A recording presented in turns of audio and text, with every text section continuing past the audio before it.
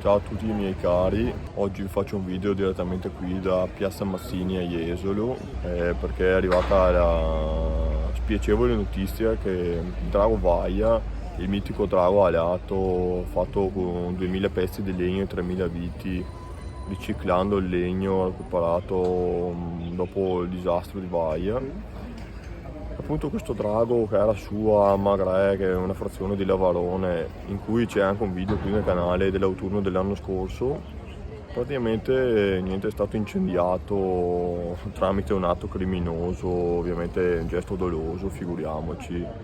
Un drago di legno che autocombusta in questa maniera non esiste.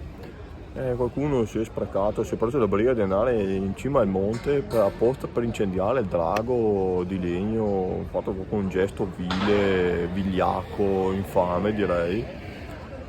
Motivi al momento, appunto, essendo le notizie di ieri sera, le indagini sono appena partite. Motivi, leggevo tra i commenti, qualcuno diceva potrebbe essere qualche abitante del posto che magari stanco del via vai di gente si era stancato per porre fine a questa cosa, magari ha fatto questo gesto. Non saprei dire, magari c'è solo un gesto da codardi così, tanto per far danni e basta. Commento con voi questa cosa, non so se magari qualcuno di voi vuole dire la propria opinione a riguardo. La notizia sta diventando virale nel frattempo, anche perché era la prima costruzione in assoluto che aveva fatto Marco Martalar.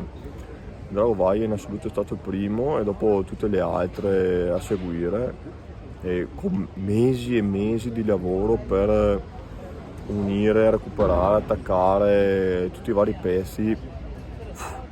In pochi minuti scomparso, caduto al suolo il tutto.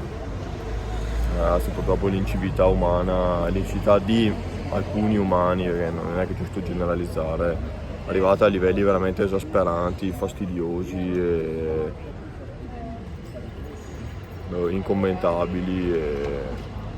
Ecco, qui da Jesolo al momento è tutto e niente, speriamo adesso non diventi la moda di emulare, fare la stessa cosa anche nelle altre sculture, perché sarebbe veramente sfregevole e schifoso come gesto. Vabbè ragazzi, qui appunto è tutto e spero di non dover fare altri video a riguardo. Intanto io vi saluto e al prossimo video escursionistico.